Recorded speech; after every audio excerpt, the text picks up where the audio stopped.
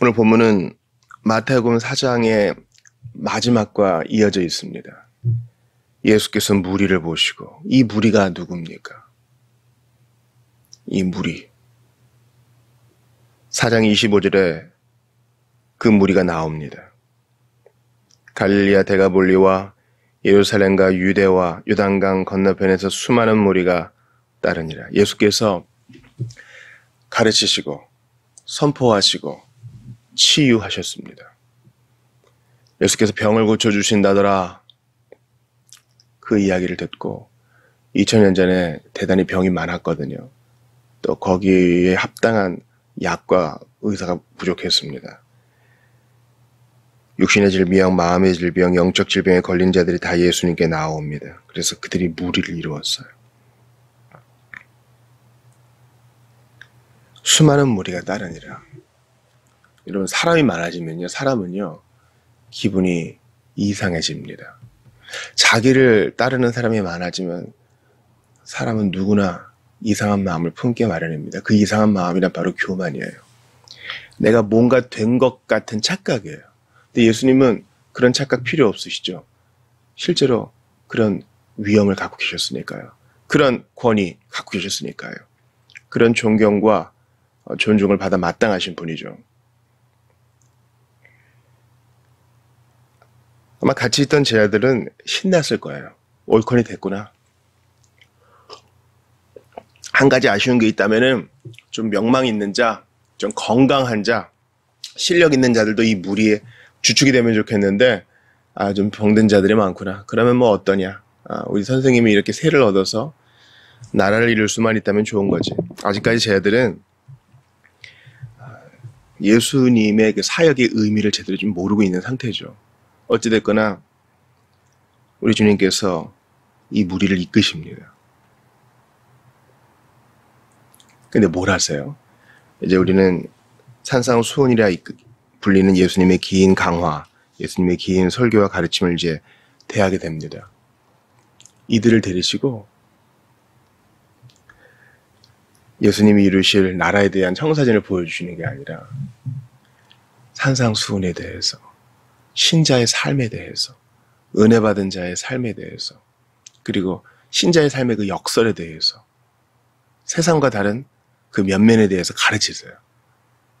입을 열어 가르쳐 이러시다. 이 병자들은요, 지금보다 병이 더 낫기를 바라고, 지금보다 더 형편이 좋아지기를 바라고, 여태까지 천시받았던 자신들의 삶이 좀 바뀌기를 원했을 거예요. 이분이 보통 분이 아니구나. 근데 예수님은 아주 평이하게 그들을 산에 데리고 가서 말씀을 가르치십니다.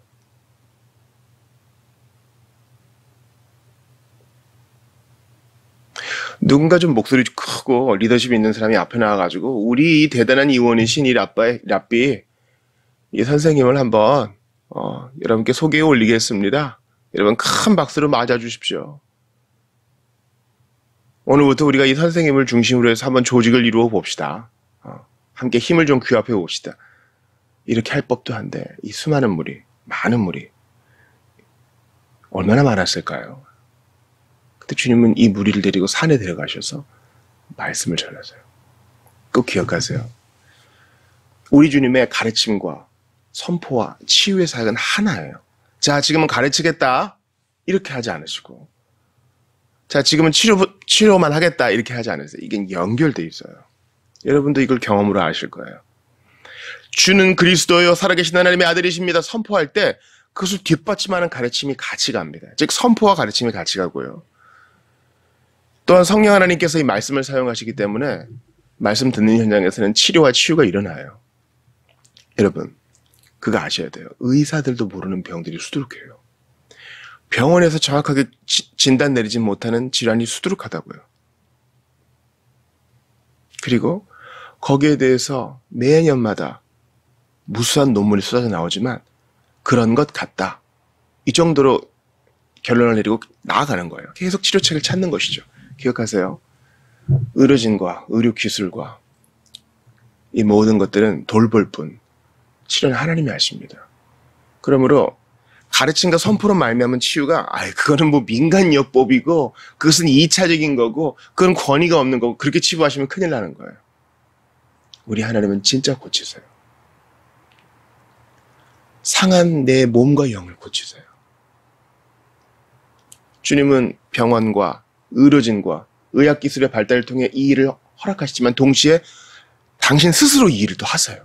이 세 가지가 하나예요. 가르치고 선포하고 치료하는 사역. 나는 병자예요. 영혼과 마음과 몸에 병이 있어요. 질환이 있어요. 그러나 주님께 나오면 나올수록 주님이 조금씩 고치십니다. 말씀으로 치료하십니다. 나아갈 바를 보여주시고 내게 건강한 자극을 주시고 나의 못난 부분을 떼어내십니다. 때로 고통이 있으나 주님은 이 치료를 멈추지 않으십니다. 그래서 우리 주님은 약을 더 주마, 고통을 더 덜어주마, 더 밝히 보게 해주마, 더 자리에서 일어나 뛰게 해주마, 이 정도로 끝나지 않으시고 계속 가르치세요. 이들이 몸의 치유를 얻었다면 이제는 영과 마음의 치유를 얻는 것입니다. 여러분 기억하세요. 아무리 교회에서 좋은 일이 있다 할지라도 가르침이 빠지면 아무것도 아니에요.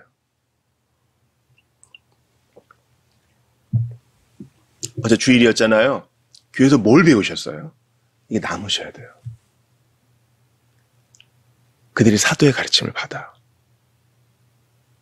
사도행전 2장에 나온 이 놀라운 말씀을 마음에 기억하세요. 가르침을 받지 않고 매일 가르침을 받지 않고 주님의 제자가 된다. 있을 수 없는 일이에요. 배우고 배울수록 더 귀한 말씀. 어제 우리 오후 모임 때 성도들 나누는 거 보세요.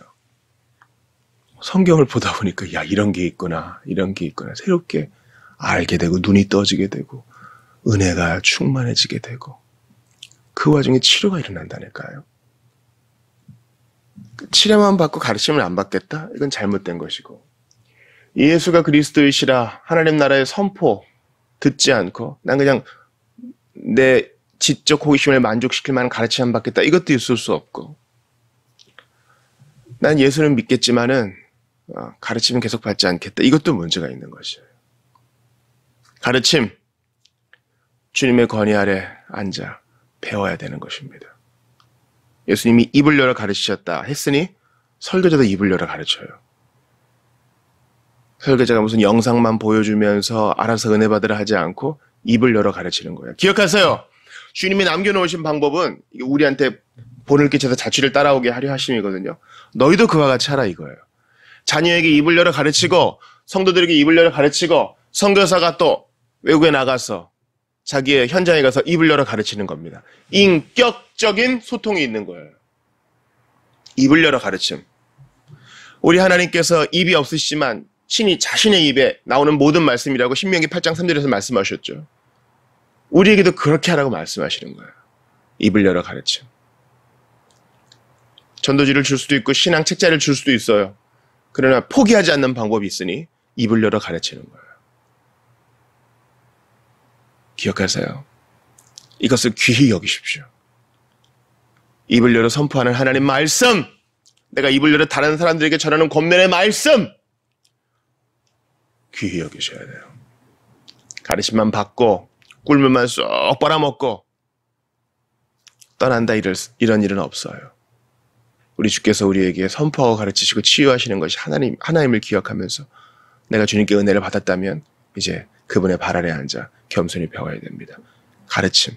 우리 주님은 가르치시는 분이세요. 우리 주님은 참 선지자세요. 그분께 배우십시오.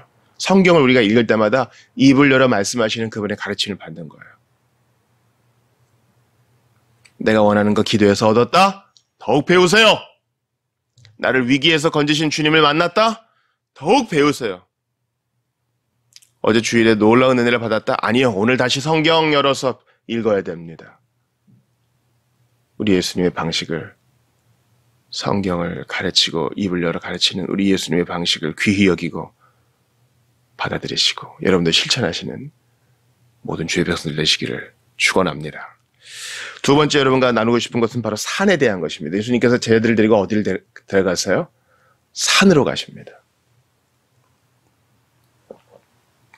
왜 산으로 가셨을까? 그 옛날 출애굽한 백성들은요, 시내 산에서 하나님의 음성을 들었습니다. 그런 민족은 유일무이하게 이 아브라함의 후손들밖에 없어요.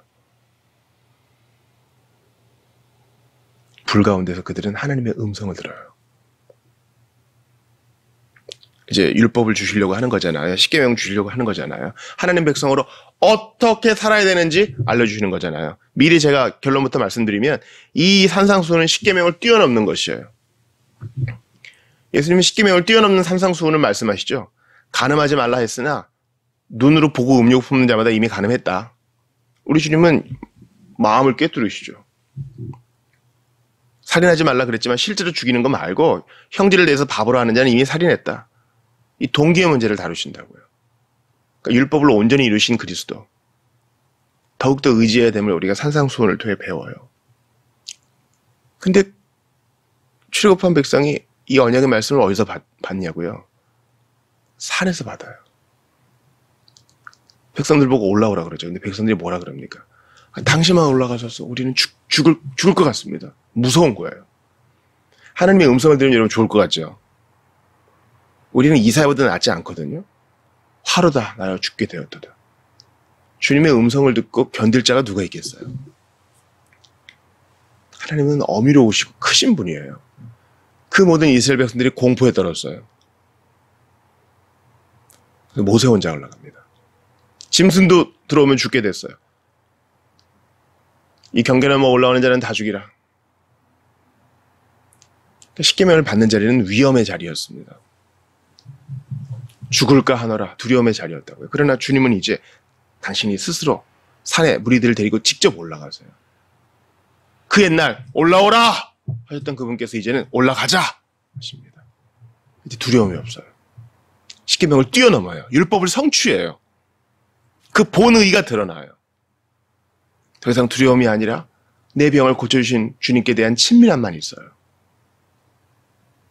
경외심은 있지만 말이죠. 산에서 그 옛날 시내산에서의 두려움이 이제 산상수훈 팔복산에서의 아름다움으로 바뀝니다. 우리 주님은 율법을 온전히 성취하시는 분이죠. 그 옛날 우리 조상들은 광야에서 만나 먹어도 넘어졌으나 우리 주님은 광야에서 40일을 굶주리시고도 마귀의 유혹에 넘어가지 않으셨습니다. 마지막 아담의 참모습이죠. 그 옛날 시내산으로 올라오라 하신 그분, 함부로 올라오는 자는 죽으리라 하셨던 그분이 이제는 병들고 약하고 소외되고 상처 입은 자들을 데리고 올라가셔서 직접 말씀하세요. 그분의 음성을 듣고 죽을 자가 없어요. 복음의 문이 활짝 열린 것입니다. 그 산에서.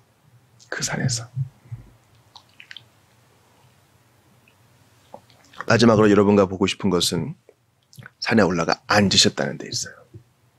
주께서 높은 보좌에 앉으셨다. 이사야가 봤죠. 앉았다는 것은요, 권위의 표현이에요. 권위의 표현. 예수님께서 산에 올라가 앉으셨다는 말은 좀 서서 가르치기가 힘들으셨나 보다가 아니라 의장을 체험하니라 그러죠. 앉는다는 것은 권위의 상징이에요. 왕이 보좌에 앉는 것처럼. 그분의 음성을 많은 사람들이 듣습니다. 그 권위의 음성을 듣습니다. 우리 주님은 왕으로서 그 자리에 임재하여 계시고 왕으로서 그들을 가르치신 것입니다. 그냥 듣기 좋은 선생의 말이 아니라 왕으로서 통치의 말씀입니다. 그러니까 우리 첫 번째 대지와 연결되죠. 여호와의 산에서 주의 백성들을 불러 모으신 주님은 당신의 말씀으로 그 백성을 가르치고 통치하십니다. 우리 주님의 하나님 나라의 통치는 바로 하나님 말씀으로 말미암은 거예요. 누가 하나님 백성입니까? 주의 말씀으로 가르침받고 그 말씀으로, 그 권위의 말씀으로 통치받는 자가 하나님 백성입니다. 그러냐 하나님 말씀 봐야 되겠죠. 하나님 말씀 열심히 묵상해야 되겠죠. 그 말씀이 익숙해야 기록되었을 때로 우리가 이겨낼 수 있겠죠. 우리 로마 가톨릭 사람들은요, 우리를 보고 니네는 우리한테 교황 뭐라 그러지만 너희를 보니까 너희들은 그냥 성경의 교황이다. 너희들한테는 성경이 너희한테 우상단지다. 이렇게 얘기해요. 실제로 성경에 대한 강조는 개신교가 더 큽니다. 그들은요, 73권 외경 포함된 성경 잘 안 봐요. 보시는 분이 있겠죠. 그러나 전체적인 분위기는 그런 게 아니에요. 그러나 예수께서는 당신의 말씀을 통해, 가르침을 통해 오늘도 하나님 나라의 통치를 시행하고 계세요. 누가 하나님 백성이에요? 주의 가르침을 받는 자. 앉아서 권위로 다스리시는, 권위로 말씀하시는 그분의 가르침을 받는 자가 주의 백성입니다. 예수님은 지금 왕으로서 여기에 앉으셔요. 권위 있는 선지자로서 여기에 앉으신다고요. 주께서 높은 보좌에 앉으셨는데, 그 높은 보좌에, 영광의 보좌에 앉으셨던 주님이 이 땅에 내려와 아기의 몸으로 오셨고 사시다가 이제 다시 산 가운데에 앉으셔서 하나님 백성을 가르치세요. 거기 뭐 보좌가 있었겠어요? 그 산에 울퉁불퉁한 돌멩이나 좀 있었겠죠. 그러나 거기 기꺼이 앉으셔서 당신의 백성들을 가르치세요. 아마 듣고 마지막에 이제 떡 먹고 별 볼 일 없다 하는 자들은 많이 떠났겠지만 주님은 여전히 가르치세요. 우리 주님은 영광의 보좌에 앉아서 천사들을 호령하시는 분이었는데 이제는 겸손히 내려오셔서 지치고 상하고 천대받고 무시당하며 세상으로부터 주목받지 못하는 한때 병들었고 한때 장애를 갖고 있던 자들을 가르치세요. 오늘도 우리를 가르치십니다. 어떤 선생이나 어떤 부모는 얘기해요. 가르쳐봤자, 백날 가르쳐봤자 머리털 난 것들 가르쳐봤자 소용없다. 다 배신하고 배반하고 배운 대로 안 살고 그런다. 맞아요. 근데 우리 주님은 포기하지 않고 가르치세요. 어쩌면 우리가 이렇게 배웠기 때문에 그래도 이나마 갈 수 있었던 거예요. 우리가 주의 말씀을 진실로 가르침받고 그 권위 아래 놓이게 되고 오늘도 그분의 산에 오르듯이 그분과 함께 동거한다면 우리는 더욱더 주의 모습으로 화할 것입니다. 더욱더 예수님 닮아가게 될 것이에요. 그러니 가르침 받는 거 포기하지 마세요. 그분께서 우리를 데리고 동산으로 올라가실 때 기꺼이 따라가세요. 권위로 앉아서 가르치실 때 마리아처럼 그 발치에 앉으세요. 휴대폰 끄고 좀 앉으세요. 영상 좀 끄고 앉으시라고. 세상의 번잡한 걱정 다 내려놓고 앉으세요. 거기서 배우세요. 그게 주님을 따르는 자로서의 첫걸음이 될 것이요. 주님을 따르는 자들의 삶의 모든 면면이 될 것입니다. 내일부터 산상수훈의 귀한 말씀을 한 가지 볼 터인데 이 일반적인 원리를 잊지 마세요. 앉으사 권위로 가르치신 예수님, 우리를 데리고 기꺼이 산으로 데리고 올라가서 두려움이 아니라 기쁨으로 말씀 받게 하시는 하나님. 예수 믿고 뭐가 좋아졌네가 아니라 오늘도 가르치시고 내일도 가르치시는 참 다스림의 주님, 그분 바라보며 따라가시는 여러분 되시기를 주의 이름으로 축원합니다. 오라! 우리가 여호와의 산에 올라! 우리 옛날 조상들은 예루살렘 산에 올라갔죠. 우리도 기꺼이 그 산에 오르는 마음으로 주님과 함께 그 산에 올라 주님의 통치를 받으며 우리 주님의 치유를 받으며 우리 주님의 선포 속에 기쁨으로 나아가시기를 주의 이름으로 축원합니다.